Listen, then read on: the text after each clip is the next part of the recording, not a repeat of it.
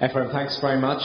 Good afternoon again, ladies and gentlemen. My task, as well as giving you a briefing on the lessons learned from Unified Protector, is to try and keep you awake after our very handsome lunch, which I will endeavour to do with the best of my ability. To start off, I'd like to set the scene a little bit and talk just a little bit about what Ephraim referred to just now. I was very lucky and very privileged to be able to observe the operations in Libya on three distinct occasions, two E-3 AWACS sorties courtesy of the French Air Force, and a third sortie on a C-135 tanker, actually on the night that Tripoli fell. And what I'm going to try and do today is draw a few lessons and a few of the observations that I have from that operation and what they tell us both about NATO and also about the status of air war and air power in general in the Western Hemisphere at present. So just to give you some context, shortly after 0330 hours on the 14th of April last year, in fact the pre-dawn silence of the tiny French village of Abord, which is in the centre of the country,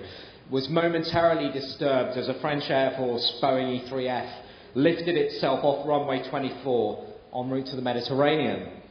Any residents who did hear the whine of this aircraft's engines were probably so used to the sound of these lumbering jets that they may have spared little thought as to the aircraft's mission that fresh spring morning. For this E-3 was on its way to relieve a similar plane from NATO, which had been on station for the previous 5 hours, directing the air component of the Alliance's Operation Unified Protector over Libya. Almost 7 months following the end of NATO's Libya Air and Sea campaign, the organisation is now digesting the lessons learned from the conflict. Some of the most important lessons concern the air war's command and control and intelligence, surveillance and reconnaissance provision. I'd like to quote from General Norton A. Schwartz, who, as you know, is the Chief of Staff of the US Air Force, and he said, and I quote, "Perhaps the most significant lessons learned is how important command and control is to the effective application of the air instruments." Now, all of you in this room will be aware of the Libya operation. Like millions of other people around the world, we watched the operation with intense interest on our television screens. We were treated to the 24-hour news coverage of what was happening. But nevertheless, I'd like to just take a quick canter through the context of the operation, how it was commanded. We've seen a little bit there about the aims, what the operation was attempting to achieve. Obviously, upholding Resolution 1973. This was the key document that underpinned the air campaign. And this quotation here, all necessary measures, this, in effect, authorised the military action. At the same point, it prevented the deployment of ground troops. And later on, this particular quote was to become the focus of some very, very spirited debate within NATO about how this is interpreted and implemented. On the 19th of March, the military action commenced, and one of the interesting things about that was that this was an international operation from the word go. The US were incredibly important with what they brought to the operation, but we had the French, we had the Brits, we had other coalition partners jump straight in, and this was to be the pattern for the next 7 months of strikes. Initially, as you all know, it was Operation Odyssey Dawn. It was under US command, under Africa Command. That was the command in charge of the op. NATO assumed command in a very piecemeal fashion. 23rd of March, it took on control of the arms embargo. 25th of March, no-fly zones. 27th of March, agreed to the full-scale implementation of 1973. 31st of March, formally declared in charge of the operation. Why the time lag? Well, the time lag, from what I understand, was because of these internal discussions in NATO. The US was very keen to hand over very early on, but the question was, who was it going to hand over to? NATO wanted to command the operation. Even countries within NATO were very reticent. France was one country that expressed misgivings. One of the arguments that was made by French diplomats at the time is, in terms of the Muslim world, NATO already has a blotted copybook, if you like, from its commanding role in Afghanistan. If NATO then takes on the role in Libya, is it going to be accused yet again of mounting a third, a fourth front in what was perceived in some quarters as a wider war against Islam? One of the interesting things with this is, from what I understand, the French did not necessarily step up to the footplate and say, we'll command it. They just merely were reticent about NATO commanding it. There was some criticism of NATO quite early on. We see here the quote from the Swedish officer, from the RAF officer below. The Swedes did have some problems slotting in. They're not a NATO country, as we all know. They're a partnership for peace nation.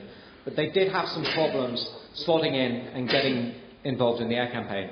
Rick Adams' quote down there, I think, is very, very interesting. Really echoes some things we've talked about earlier this morning, that we've been in the asymmetric mindset for a long time. Suddenly we have the kind of air war, in fact, that NATO is supposed to be excellent at, with its experience in Bosnia and Kosovo. One response that was made from the United Kingdom Ministry of Defence is command and control can be complex.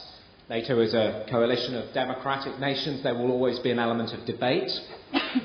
Con-ops of the operation, really, General Huber's quote, I think, sums it up, what the intention was. This was then carried on into the Unified Protector concept of operations. It was effectively the same con-ops all the way through. We've got an idea there of how the command was orientated from the political level. The North Atlantic Council, NATO's governing political organisation, right down to the Combined Forces Air Component Commander, and also their opposite number on the maritime side of things. The Camp 5 in Poggio Renatico in northern Italy was really the nerve centre of where the air tasking order was drafted and distributed on a daily basis. The AWACS was essential to the tactical implementation of that ATO. The AWACS also, in its traditional function as an air command and control platform, worked with ground surveillance a lot. The night I flew, I saw that ground surveillance was incredibly important, with the synthetic aperture radar platforms really helping to identify those Libyan armed forces targets and take them out. One thing I would say was, one observation I had was that at one point, the situation in Braga was very complicated. This information was relayed back to the CAOC. The CAOC then signed off ground attack aircraft to go downtown, start hitting those Libyan armed forces targets. And I can tell you that process took minutes.